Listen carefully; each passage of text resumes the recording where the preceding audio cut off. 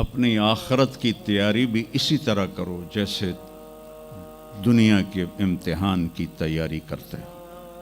آپ نے حضرت علی کا ہاتھ پکڑا اور یوں اپنے سینے سے لگا لیا اور فرمایا اترضی ان یکون منزلک مقابل منزلی، علی تجھے مبارک ہو، جنت میں تیرا گھر میرے گھر کے سامنے ہے۔ تو وہ رونے لگے۔ لیکن یہی علی جن کو خوشخبری ملی ہے کہ تیرا گھر میرے گھر کے سامنے ہوگا، کسی کو یہ خوشخبری نہیں ملی سوائے مولا علی کے، وہ رات کی مناجات میں روز تڑپتے روتے ہوئے یہ کہتے تھے آہن آہ من قلت الزاد و بعد السفر و وحشت الطریق، ہائے اللہ، ہائے اللہ، ہائے اللہ، میرے پاس عمل تھوڑا ہے۔ تھوڑے عمل والے کا گھر نبی کے گھر کے سامنے بنتا ہے؟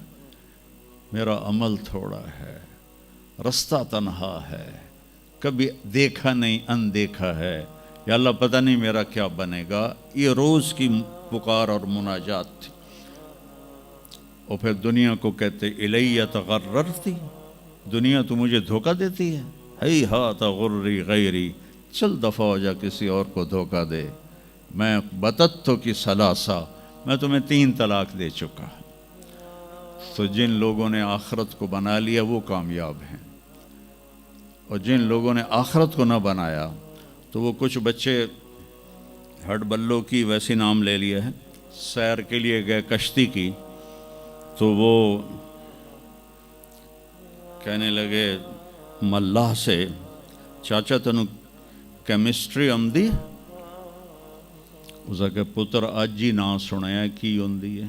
اس کہ تینوں پتہ نہیں ایسی سپیریئر یونیورسٹی دے سپیریئر لڑکے آئیں، سانو ساری کیمسٹری دا پتہ ہے۔ دوسرے نے پوچھا چاچا تو فزکس پڑھی؟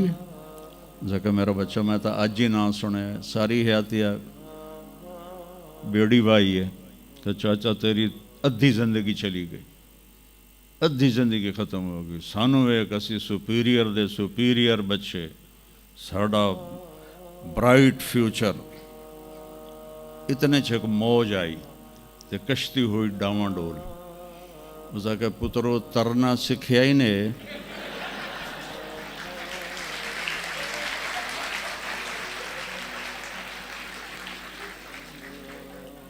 وہ آکھن لگے کوئی نہیں سکھیا، سوئمنگ پول کوئی نہیں سپیریئر ہے۔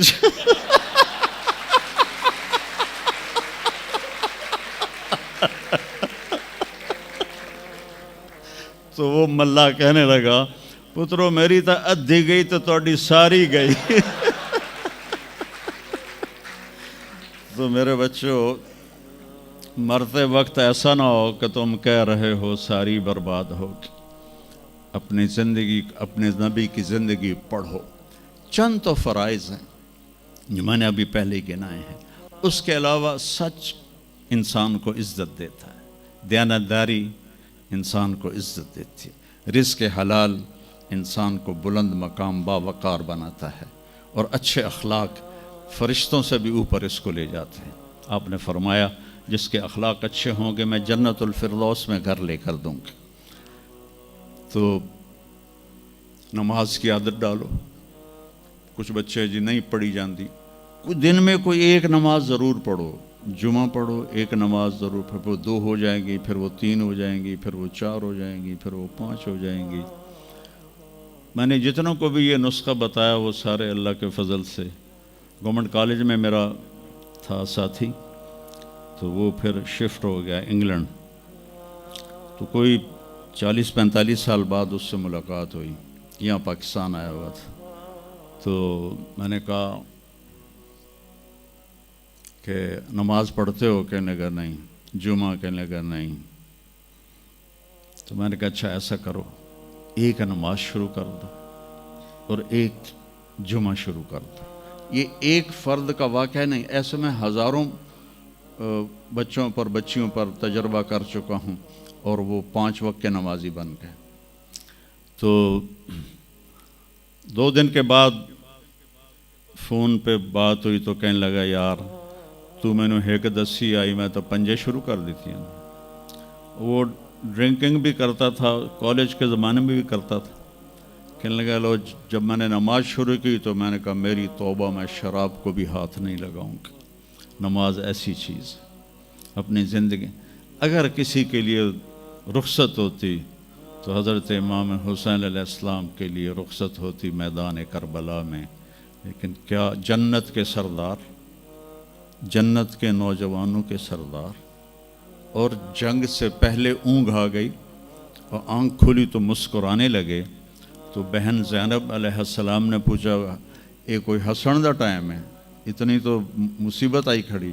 کہا بہن اللہ کے نبی خواب میں آئے ہیں, فرما رہے ہیں بیٹا میں لینے کے لیے آ چکا ہوں. تو اب یہ نماز نہ پڑھتے تو ٹھیک تھا, اتنا تو قتل و غارت چل رہا تھا. لیکن جو ہی ایسے سورج ڈھلا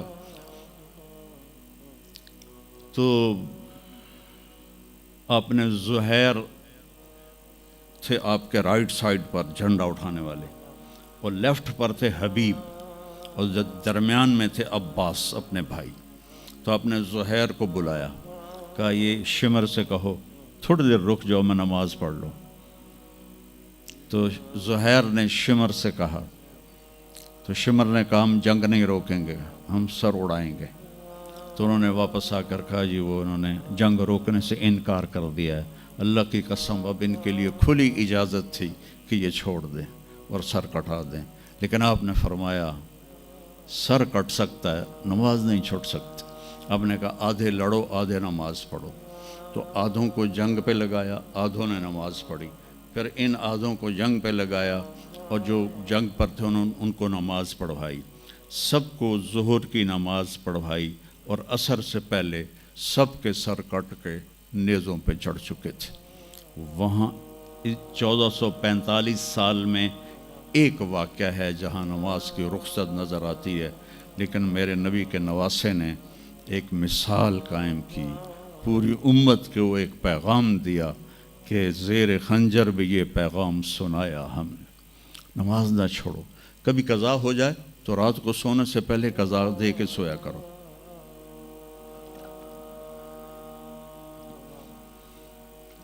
آپس میں کوئی لڑے ہوئے ہو تو کم از کم آج اتنی میری مان کے اٹھنا کہ صلح کر لینا.